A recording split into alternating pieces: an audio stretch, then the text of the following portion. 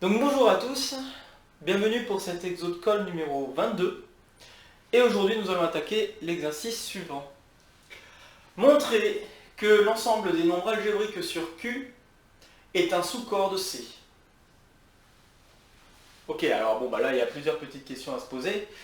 Déjà, qu'est-ce qu'un nombre algébrique sur Q?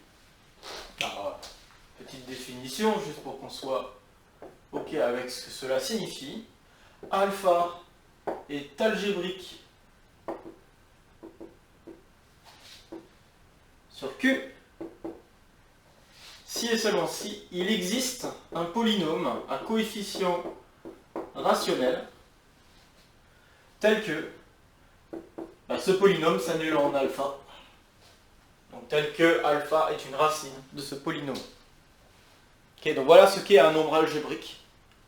Et vous pouvez vous faire maintenant des exemples. Racine de 2, i, racine cube de 5. Un peu moins facile, racine carrée de 2 plus racine carrée de 3, etc. sont des nombres algébriques. On va se permettre de noter A, cet ensemble de nombres algébriques. Okay. Donc voilà quelques exemples que vous pouvez essayer de déterminer un polynôme à coefficient donc Q qui s'annule pour chacun des nombres ici. Okay. Et donc là, le but de cet exercice est d'essayer de montrer que nous avons affaire à un corps, donc un sous-corps de C. Alors, je vous laisse un peu de temps pour y réfléchir, essayer d'avoir des idées pour résoudre cet exercice. N'hésitez pas à faire une pause. J'espère que c'est fait. Et donc, je suis parti pour la résolution. C'est un exercice loin d'être facile, d'accord? Bon, j'ai pensé au nombre algébrique parce que je trouve que ça va dans la continuité des petits exercices qu'on a fait là ces derniers temps. L'exercice 20 où j'avais eu besoin du fait que pi était irrationnel, puis l'exercice 21 où nous avons parlé du fait que pi est irrationnel, le fait de montrer que c'est irrationnel, et pi en fait n'est pas non plus algébrique. Et je me suis dit pourquoi pas aller dans ce genre de choses et voir ce qu'est un nombre algébrique et regarder cette structure d'ensemble. Donc voilà pourquoi je vous propose de regarder cet exercice. Je trouve que ça va dans la continuité des exercices que nous avons vus jusqu'à maintenant. Alors, pour montrer qu'on a affaire à un sous-corps, classiquement, il suffit de ressortir tout ce qu'il faut pour... tout ce qu'il faudrait avoir pour que la chose soit vérifiée. Eh bien, qu'est-ce qu'il faut? Il faut que 0 et 1 soient des nombres algébriques. Est-ce que c'est le cas? Alors 0 et 1 sont des nombres algébriques, oui, puisqu'il suffit de prendre le polynôme x, donc 0 est algébrique, et puis si je prends le polynôme x moins 1, là aussi j'en déduis que 1 est algébrique. Je peux aussi directement montrer en fait que les rationnels sont inclus dans, je mets entre parenthèses, je peux carrément montrer que les rationnels sont inclus dans les nombres algébriques, par le fait que si j'ai R, un rationnel, eh bien je peux prendre le polynôme x moins R, qui est dans Q crochet x, et ça me permet de conclure que R est algébrique. Ok, donc on peut carrément montrer ça, ça ne mange pas de pain. Ok, la première chose est faite. Qu'est-ce qu'il reste encore à montrer? Il reste à montrer que si je prends un élément, son opposé est dedans. Donc, si alpha est algébrique, alors moins alpha est algébrique aussi. Ok, alors comment je vais m'y prendre? Je sais que alpha est algébrique, donc je sais qu'il existe un polynôme, j'écris. Donc j'ai alpha algébrique, et qui va dire qu'il existe un polynôme, donc Q crochet x, tel que ce polynôme s'annule en 0. Et puis ce qu'il faut, c'est que je définisse un polynôme dépendant de ce polynôme P, on s'y attend un petit peu, dépendant de ce polynôme P, tel que il s'annule en moins alpha. Le polynôme, si on réfléchit un tout petit peu, on peut le trouver très vite. Le polynôme que je peux choisir, c'est Q de x égale P de moins x. d'accord? Et P de moins x, bon ben là ça va faire intervenir un moins 1 puissance n pour chacun des coefficients de puissance de x, donc c'est clair que ça s'arrête dans Q crochet x. Et Q de moins alpha, ça va bien être égal à P de alpha qui vaut 0. Donc en effet, moins alpha est une racine du polynôme Q, et donc c'est gagné. Vous pouvez vous faire un exemple, hein, là si vous prenez racine de 2 et que vous prenez x carré moins 2, bah là bon, ça ne change rien au polynôme, mais c'est un exemple. Si vous voulez faire plutôt avec racine cube de 5, peut-être que ça sera plus pertinent. Mais voilà, vraiment ça se fait assez gentiment. Donc check, ok. L'opposé il est dedans. Alors il n'y a pas que l'opposé qui doit être dedans, il y a aussi l'inverse. Oh, il y a eu un petit bug, ok, bon, j'espère que c'est pas très grave. Mais donc, il y a aussi l'inverse d'un élément algébrique. Donc, si alpha est algébrique et que je suppose non nul, alors 1 sur alpha est aussi algébrique. Ah, alors là on commence à toucher du doigt quelques difficultés. Bon, là encore 1 sur alpha, ça va aller, on va pouvoir s'en sortir. Mais c'est vrai que là on devrait commencer à se dire, c'est moins simple, c'est moins facile à trouver. Ok. Bon bah pareil, j'ai un polynôme, hein, c'est vraiment le même principe. J'ai donc... je commence par la même chose, hein, j'ai donc P qui est donc Q crochet X tel que P de alpha égale 0. Et pour vous donner en fait l'idée générale pour trouver le bon polynôme dépendant de P, le bon polynôme qui va s'annuler en 1 sur alpha, eh bien je vais carrément expliciter le polynôme. C'est-à-dire que je vais dire que le polynôme P de x s'écrit une certaine somme de PI x puissance i allant de 0 à d, en supposant que le degré du polynôme c'est d. C'est-à-dire que le coefficient le plus grand est non nul. Ok. Je vais passer un petit peu en haut et je vais juste écrire ce qu'on a déjà checké. Donc on a checké que 0 et 1 sont dans l'ensemble. On a checké que alpha dans l'ensemble implique moins alpha dans l'ensemble. Et là on est en train de checker si alpha dans l'ensemble, alpha non nul, alors 1 sur alpha est dans l'ensemble. Donc, pour trouver ce polynôme, ce que je vous propose, c'est donc d'expliciter carrément le polynôme, et puis d'écrire. Donc, dire que P de alpha vaut 0, ça veut dire quoi? Ça veut dire que la somme pour i allant de 0 à d de pi alpha puissance i, c'est égal à 0. Et ce que je veux faire, c'est une petite manipulation qui m'amène à du 1 sur alpha. Et ben le truc que je vais faire, c'est que je vais multiplier en fait tout ce que j'ai là par 1 sur alpha puissance d. Ça, c'est ce qui va me permettre de trouver le bon polynôme. Donc si je multiplie tout par 1 sur alpha puissance d, l'inverse existe hein, dans les complexes, donc il n'y a pas de problème. Donc si je fais cette multiplication-là, je reste égal à 0. Je fais rentrer cette multiplication-là dans ma somme, je me retrouve avec somme pour i allant de 0 à d de pi 1 sur alpha, le tout puissance, donc là je vais me retrouver avec puissance d moins i.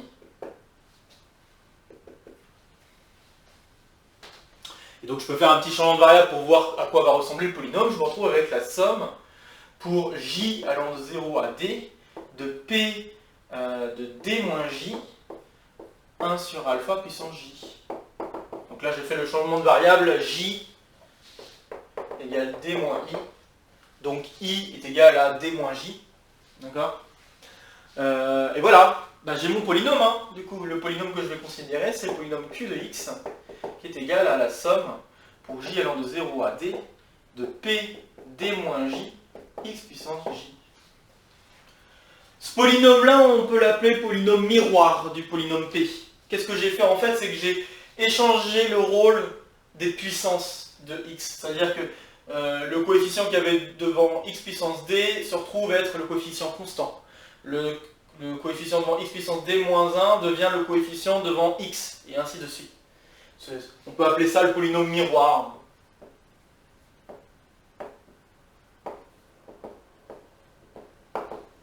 Ok, donc bon. Voilà, ça existe, c'est une application linéaire, hein, ça peut se définir comme une application linéaire qui a un polynôme associé à son miroir. Et puis voilà, bah, on pourrait étudier ses propriétés, mais bon là je ne vais pas le faire. Juste, voilà, j'ai mon polynôme et tous les coefficients sont dans les rationnels, donc il n'y a aucun problème. Le polynôme que je viens de trouver est bien un polynôme à coefficient rationnel, et il s'annule en 1 sur alpha, donc c'est gagné. Ok? Donc vous pouvez pareillement vous donner un exemple pour racine cube de 5, qu'est-ce que ça donnerait? Voilà, c'est vraiment bien pratique. Ok, alors là pour l'instant on a vérifié quoi? On a vérifié que 0, 1 sont dedans. Si j'ai un nombre algébrique, son opposé dedans. Si j'ai un nombre algébrique non nul, son inverse est dedans. Il me manque encore deux choses. Et c'est là la plus grosse difficulté de cet exercice. Il me reste deux choses à checker. Normalement, vous avez dû y penser peut-être avant même que je propose ces autres options. Il faut que j'arrive à montrer que si je prends alpha et bêta deux nombres algébriques, eh bien, il faut que alpha plus bêta et alpha fois bêta soient aussi algébriques. Autrement dit, sachant par exemple que racine de 2 et racine cube de 5 sont algébriques, je dois être capable de trouver un polynôme, un coefficient dans Q crochet x, tel que le produit, racine de 2 fois racine cube de 5, tel que le produit soit aussi algébrique. Donc tel que le produit s'annule pour ce polynôme. Et c'est là la grosse difficulté de l'exercice. Parce que là, vous devriez maintenant commencer à vous demander, mais comment construire un polynôme qui s'annule en alpha plus bêta, si je connais alpha et bêta, si je connais le polynôme pour alpha et le polynôme pour bêta. Et puis pareil pour alpha fois bêta. Vous devriez commencer à vous poser cette question. Alors ce que je vais faire, puisque bon, bah, je vais vous donner la première partie de piste. Et bon, bah, il ne faudra pas hésiter à faire une pause, c'est au moment où je vais donner cette piste. Et bah, le but, ça va être, grâce à cette piste, de en fait, voir comment on construit les polynômes, connaissant les polynômes qui annulent alpha et bêta. Donc on va déjà donner une petite propriété avant de donner vraiment la piste. C'est que, donc, je vais prendre, donc évidemment comme prévu, je prends alpha et bêta algébrique. Si j'ai alpha bêta algébrique, je peux prendre P, un coefficient dans Q crochet X. Et ce que je vais affirmer, c'est que je peux supposer P unitaire.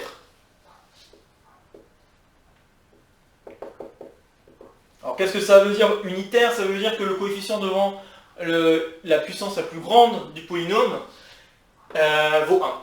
Et je peux le faire parce que je peux diviser par le rationnel qui a devant x puissance, la puissance grande, quoi. X puissance n. Disons qu'ici que le polynôme que j'ai, il est de 2Vn. Et donc bon, bah, je vais me permettre d'écrire P comme étant x puissance n plus la somme pour i allant de 0 à n-1 de pi xi. De la même manière, et ce polynôme il s'annule en alpha.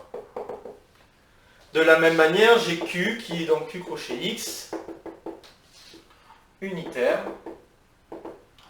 degré de Q égale M, et Q égale x puissance M, plus la somme pour i allant de 0 à n-1,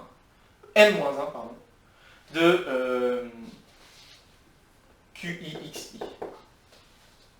Voilà, donc je considère mes deux polynômes, je les suppose unitaires. L'un s'annule en alpha, l'autre s'annule en bêta. D'accord? Ok, et ce qu'on va faire, c'est que je vais prendre un vecteur. En fait, ce que je vais faire, c'est que je vais chercher à construire des matrices. D'accord? Je vais d'abord donner le vecteur, puis je vais vous donner le petit exercice à faire. Donc le vecteur que je vais prendre est le vecteur suivant. Soit V le vecteur 1, alpha, alpha carré, blablabla, jusqu'à alpha puissance n-1. Puis ensuite bêta, alpha bêta, jusqu'à alpha puissance n-1 bêta.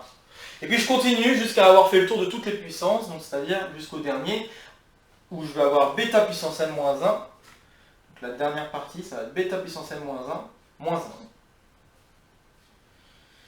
Alpha fois bêta puissance n-1, et je continue jusqu'à alpha puissance n-1, bêta puissance m-1. Donc voilà mon vecteur qui est de taille, donc j'ai un vecteur colonne qui est de taille n fois m 1 et qui est à coefficient dans C, parce que là c'est dans les complexes. Ok. Ce que j'affirme, et donc ce sera à démontrer, justement, c'est qu'on peut montrer qu'il existe une matrice à coefficient dans les rationnels, telle que, si je fais cette matrice fois le vecteur, ça revient à la même chose que faire alpha fois le vecteur. Et puis, de la même manière, il existe aussi une matrice B dans Mn de Q également, telle que B fois V est égal à bêta fois V. Ok, voilà l'indication. Alors, faites une pause, essayez de répondre à cette question, de déterminer ces matrices-là. Et si vous y arrivez, essayez de conclure. Essayez de conclure qu'en effet, alpha plus bêta et alpha fois bêta sont aussi algébriques. Ok? Bon, j'espère que vous avez essayé. Je vais maintenant continuer la résolution. Ayez bien en tête les deux polynômes, la P et Q que j'ai définis, car c'est eux qui vont nous permettre de donner les matrices.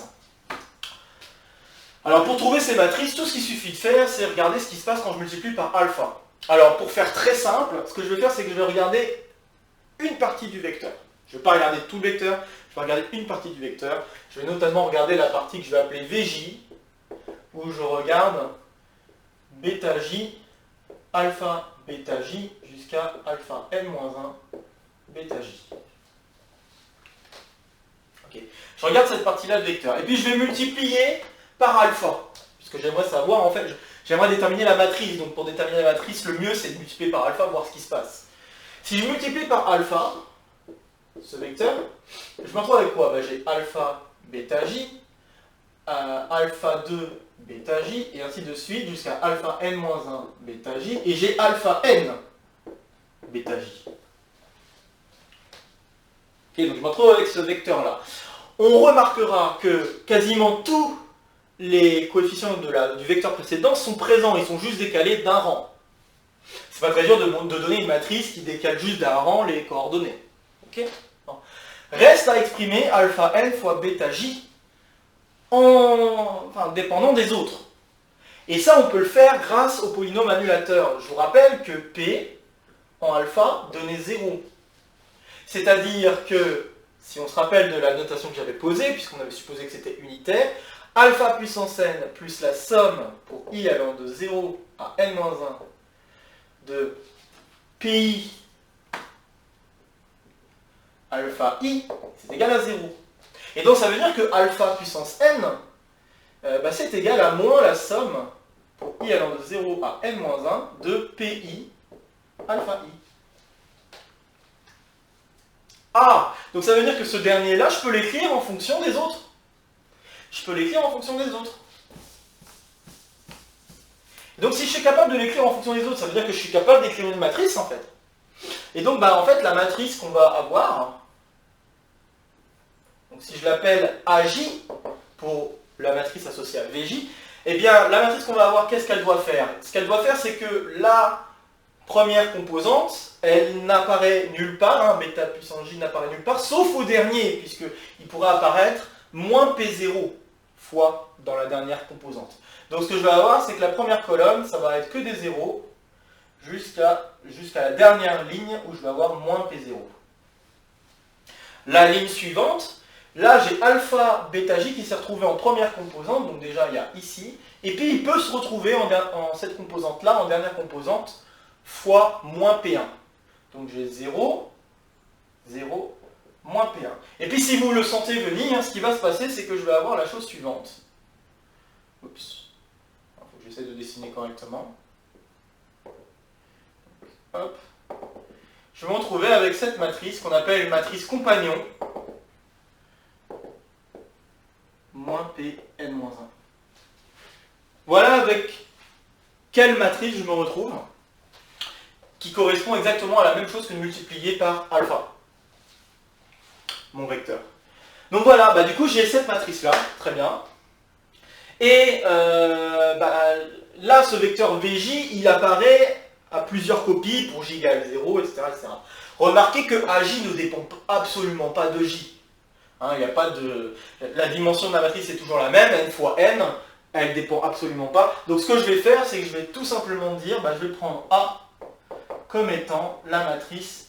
Donc je vais juste garder le J pour qu'on comprenne à qui est associé quoi. Donc là, je vais mettre la matrice bloc A0, A1, jusqu'à AM-1. D'accord? Donc sachant que A0 correspond à ses premières composantes, deuxième composante, et ainsi de suite. Donc voilà, voilà, j'ai une matrice, donc c'est gagné. Et les A0, A1, A-N, je répète, elles ne dépendent pas du tout de J, de l'indice, donc en fait c'est la même matrice bloc que vous mettez à plusieurs reprises. Il n'y a pas de... Voilà. Ok, donc j'ai réussi à trouver une matrice. Donc je vais écrire la propriété que je viens de montrer. Donc en effet, il existe une matrice A dans Mn de Q telle que A fois V est égal à alpha V. Ce que j'affirme, c'est qu'on peut faire la même chose pour bêta. Alors pour faire la même chose avec bêta, en fait, il faut juste se dire que alpha et bêta, je pourrais échanger leur rôle. Ce que je pourrais faire, c'est prendre le vecteur W, dire je vais faire les bêtas là, je vais trouver la matrice, une certaine matrice, et puis ensuite je la multiplie par une matrice de permutation. Pourquoi? Parce qu'il s'agit essentiellement, pour passer, si j'écris W comme étant 1 bêta, bêta puissance m-1, alpha, alpha, bêta puissance m-1,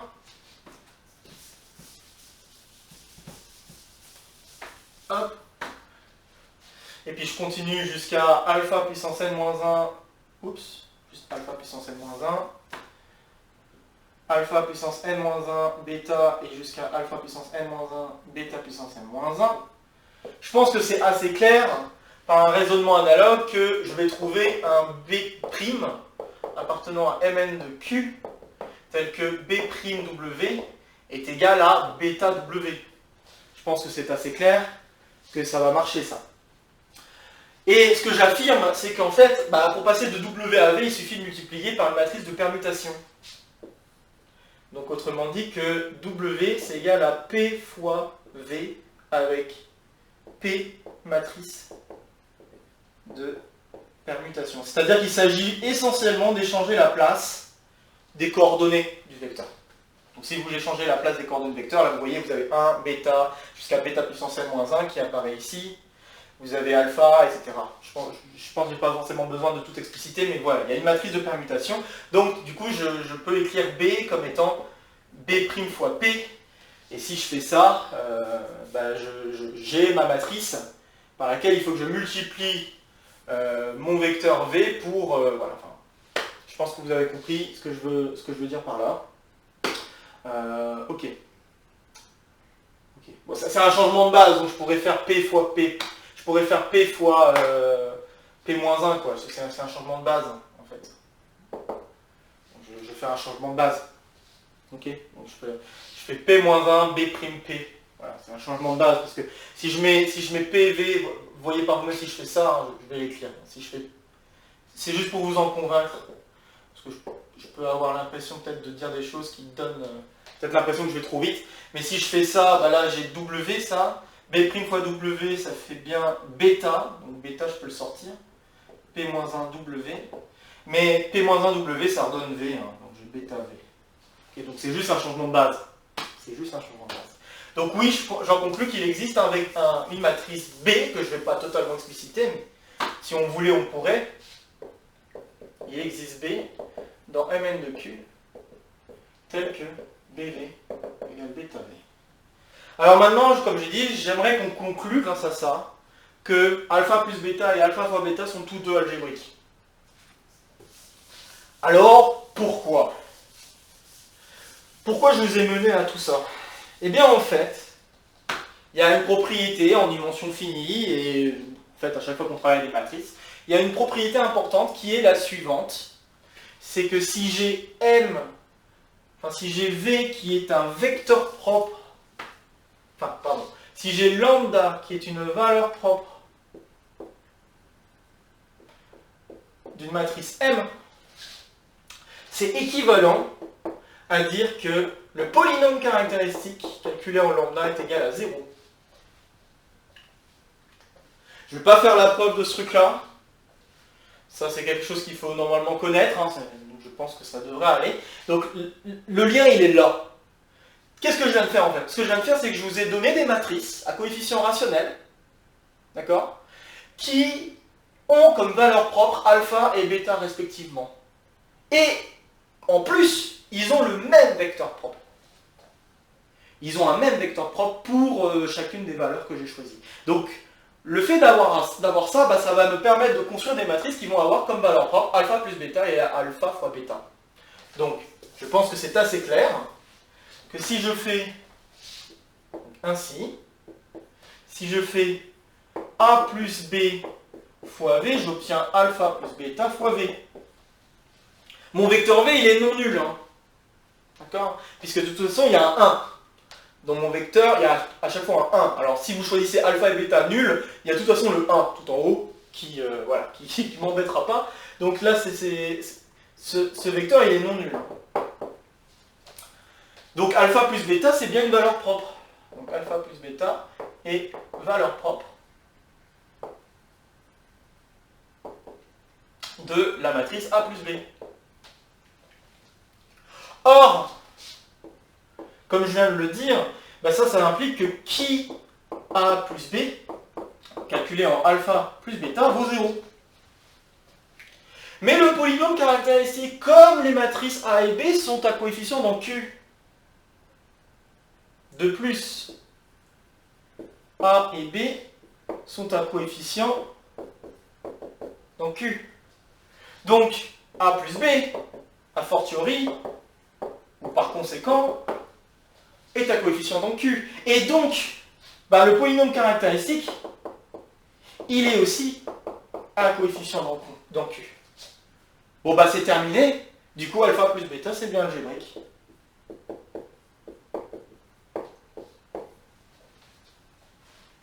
Et de la même manière, en prenant alpha fois B, enfin A fois B, en prenant la matrice A fois B, donc en prenant A fois B, on conclut que alpha fois bêta est aussi algébrique. Bon ben voilà, j'ai checké tout ce qu'il fallait. J'en conclus que A, l'ensemble des nombres algébriques sur Q, est un sous-corps de C. Et voilà, j'ai terminé l'exercice. Ok? Alors bon, bah, cette construction-là, avec la matrice, la A et B, c'est lié à ce qu'on appelle le résultant de deux polynômes. D'accord? Donc si ça vous intéresse de jeter un œil à ça. Donc le résultant de deux polynômes, c'est un calcul de déterminant lié aux coefficients que nous avons pour chacun des deux polynômes en jeu.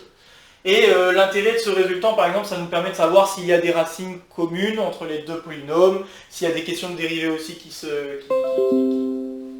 lient P et Q. Enfin voilà, ça permet de savoir pas mal de petites choses comme ça, le résultant. Mais bon voilà. Et en fait, ce que j'ai fait là, sans forcément le dire, j'ai plus ou moins utilisé cette question de résultant. Sans le dire, puisque ce que j'ai fait un peu le sens contraire. J'ai proposé un vecteur, et je vous ai déterminé ensuite les matrices qui conviennent. Ce vecteur que j'ai choisi ne vient pas tout à fait de nulle part, parce qu'en fait, les puissances que j'ai prises, hein, vous avez vu que j'ai pris les puissances de alpha et bêta qui convenaient le mieux. Ces puissances de alpha et bêta, en fait, c'est en gros, si les polynômes étaient irréductibles, il faut des suppositions supplémentaires, mais en gros, ce sont tous les éléments qui engendrent le plus petit corps que l'on pourrait avoir avec Q et alpha et bêta. En fait, ce sont tous les éléments qui apparaîtraient et qui formeraient un espace vectoriel, un Q espace vectoriel, dans notre corps avec Q et alpha bêta. Donc le plus petit corps contenant Q alpha bêta. C'est ce qu'on appelle une extension de corps. Donc là, on est en train de toucher à des choses bien plus lointaines sans forcément le dire. Ces questions d'extension de corps, ça amène tout de suite à tout ce qui est autour de la théorie de Galois. Théorie de Galois, peut-être quelques-uns en ont déjà entendu parler, mais la théorie de Galois, c'est elle qui nous permet de dire, par exemple, que résoudre un polynôme de degré 5 ou plus, bah ça ne sera pas possible avec des racines carrées ou racines cubes. Si je vous donne un polynôme de degré 5 quelconque, il n'y a pas de méthode, il n'y a pas de formule, et on n'en trouvera jamais, qui permettent de résoudre des équations du 5e degré, voire plus que 5 degrés. Il y a des formules qui existent pour les degrés 2, vous connaissez très bien. Degré 3, c'est les formules de Cardan. Pour degré 4, c'est les formules de Fermat. Mais pour les degrés au-dessus, il n'y en a pas, et ça a été prouvé par tout ce qu'il y a autour de la théorie de Galois. Donc pas vraiment par Galois lui-même, parce que si je devais faire un peu l'histoire, il était un peu jeune quand il est malheureusement mort, des suites d'un duel, pour juste l'anecdote, d'un duel alors qu'il était âgé, je crois, de 21 ans ou quelque chose comme ça, donc il est mort très jeune. Mais c'est donc dû à Gauss qui a ressorti ses travaux bien des années plus tard, et qui a donc étayé un petit peu plus ses travaux, parce que bon, à l'écriture de base, c'était un peu ignoble, c'était pas très propre, et donc il a fallu reprendre un peu tout son travail au propre, et voilà, c'est ce qui a donné tout ce qu'on sait maintenant sur les théories de Galois, voilà. Donc c'est vraiment, ce qu'on est en train de faire là, les nombres algébriques et tout ça, c'est lié à ça. Les nombres algébriques aussi, ça peut être en partie lié aussi aux nombres constructibles, à la règle et au compas. Puisque là, par exemple, racine de 2 plus racine de 3 sont des nombres constructibles à la règle et au compas. Si j'ajoute en plus la possibilité de plier la feuille, je peux aussi avoir racine cube de 5. C'est quelques théories aussi liées à ces ensembles de nombres et ces extensions de corps. Donc on a aussi racine cube de 5 qu'on pourrait obtenir si on se permettait de plier la feuille. C'est grâce aux trisectrices notamment. Les trisectrices peuvent se construire grâce à des pliages de feuilles. Donc il faudrait travailler en 3D. Mais bon voilà, il y a des nombres qu'on ne pourra jamais obtenir à la règle et au compas. Donc c'est vrai que voilà, c'est toute une théorie. Si ça vous intéresse, vous pouvez aller y jeter un œil. Moi, je trouve que c'est très intéressant et très enrichissant. Donc voilà, pour en tout cas ceux qui ont le petit pic de curiosité de maths là, à des suites de cet exercice. Il y a d'autres propriétés que je n'ai pas montrées sur les nombres algébriques qu'on aurait pu se poser comme autre question. Par exemple, le fait que, bon là évidemment, avec ce que j'ai fait, on conclut très vite, mais par exemple que si je multiplie par i, on aurait pu faire ce petit exercice entre deux. Si je prends un nombre algébrique et je multiplie par i, alors ça reste algébrique. Bon, évidemment, c'est une conséquence de ça, donc ça n'a plus vraiment d'importance. Mais un autre aussi, truc très sympa, c'est que si j'ai alpha, qui est algébrique, alors son conjugué est aussi algébrique. Et en fait, le conjugué, c'est assez simple de montrer que le conjugué est aussi algébrique, puisque si j'ai P de alpha qui vaut 0, vous faites le conjugué partout.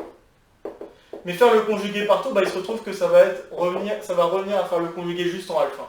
Ça revient aux propriétés pour les polynômes à coefficient réel en fait, puisque les polynômes à coefficient réel, ce qu'il y a d'important, c'est que si un nombre complexe est racine de ce polynôme, alors son conjugué est aussi racine de ce polynôme. Et là, ce qui est intéressant, c'est que notre ensemble, ici, notre corps, il est involutif. C'est-à-dire que si je fais un conjugué, je reste encore dans ce corps. Donc c'est vraiment, ça aussi, c'est quand même quelque chose d'assez surprenant pour les nombres algébriques, enfin en tout cas pour cet ensemble. Donc voilà. Comme je l'avais annoncé, je vais partir pour 2 semaines de vacances, prendre un peu de temps pour moi.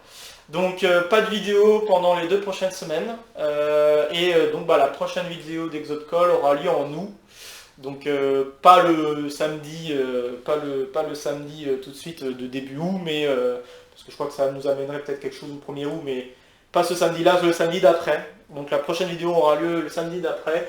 Puis on verra bien quelle thématique on abordera. Je vous laisse la surprise. Je sais pas. Déjà pour l'instant, je ne sais absolument pas ce que je vais faire, donc on verra. J'en profite également pour mettre un lien sous la vidéo récapitulant toutes les vidéos qui ont été faites en Exode-Call avec les différents énoncés d'exercices. Comme ça, si ça peut intéresser les gens, notamment les gens qui ont peut-être un peu de mal à se dire « Oh, je veux regarder un exercice au hasard et tout ça », peut-être pas forcément. Il y en a qui préféraient vraiment voir un exercice sur un thème particulier. Là, ils pourront le faire, puisque là, j'ai une page web dédiée, donc je vais vous ajouter le lien là dans la vidéo et vous pourrez retrouver les différents énoncés de chaque exo de colle et les liens qui vont avec chacun des exos bien sûr. Comme ça, ça sera plus simple pour n'importe qui voudrait se jeter un petit peu à l'eau et regarder un peu ces vidéos. Donc voilà. Je pense que j'ai rien d'autre à ajouter. Donc sur ce, je vous souhaite de bonnes vacances. Et puis bonne poursuite pour ceux qui ont passé leur concours et qui ont été très contents peut-être de leurs résultats. Bon, je le dis un petit peu en avance parce que je pense que les résultats ne sont pas encore tombés, mais ça va arriver d'ici pas longtemps. Et puis pour les premières années, encore une fois je le redis, ne lâchez rien pendant les vacances, parce que la deuxième année ça va être rude. Et puis pour ceux qui cubent, n'hésitez pas encore à vous donner à fond, hein, c'est pas perdu faire une cube, loin de là. Moi-même j'en ai fait une, et je vous assure que c'est super enrichissant de faire une cube. Surtout quand on veut atteindre des grandes écoles, donc vraiment ne vous dites pas que c'est un échec si vous cubez, c'est loin de là, c'est une seconde chance, dites-vous vraiment que c'est une seconde chance, parce que c'est clairement ça, et vous verrez que vous en ressortirez vraiment bien grandi. Donc voilà, c'est juste quelques mots pour vous motiver. Bon allez, sur ces belles paroles, bonne journée, bonne semaine, et à très bientôt. Salut à tous.